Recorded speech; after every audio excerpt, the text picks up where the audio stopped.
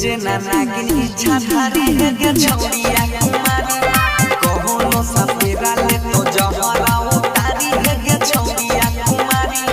बदलै छी रूप जे ना नागिन इच्छा धारी है गे छौड़िया कुमारी। Radhika recording studio Saharsa.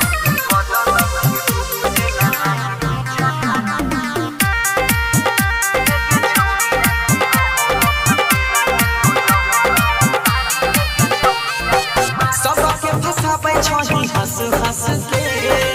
जान लइले बनी की दस दस के सबके फसाबै छही हंस हंस के जान लइले बनी की दस दस के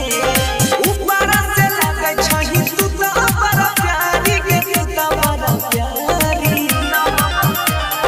बदलै छी रूप जे ना नागिन इच्छा धारी है गे छौड़िया कुमारी कोबनो सपेरा ले तो जहरा उतारी है गे छौड़िया कुमारी बदलै छी रूप जे ना नागिन इच्छा धारी है गे छौड़िया कुमारी।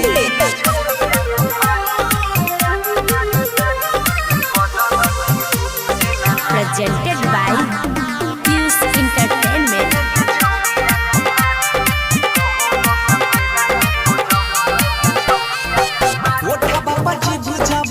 घेराई छी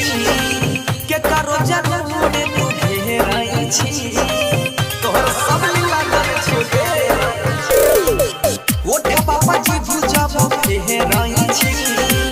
के करो जरूर तू घेराई छी मालिक राकेश तोहर देखौ कलाकारी के देखौ कलाकारी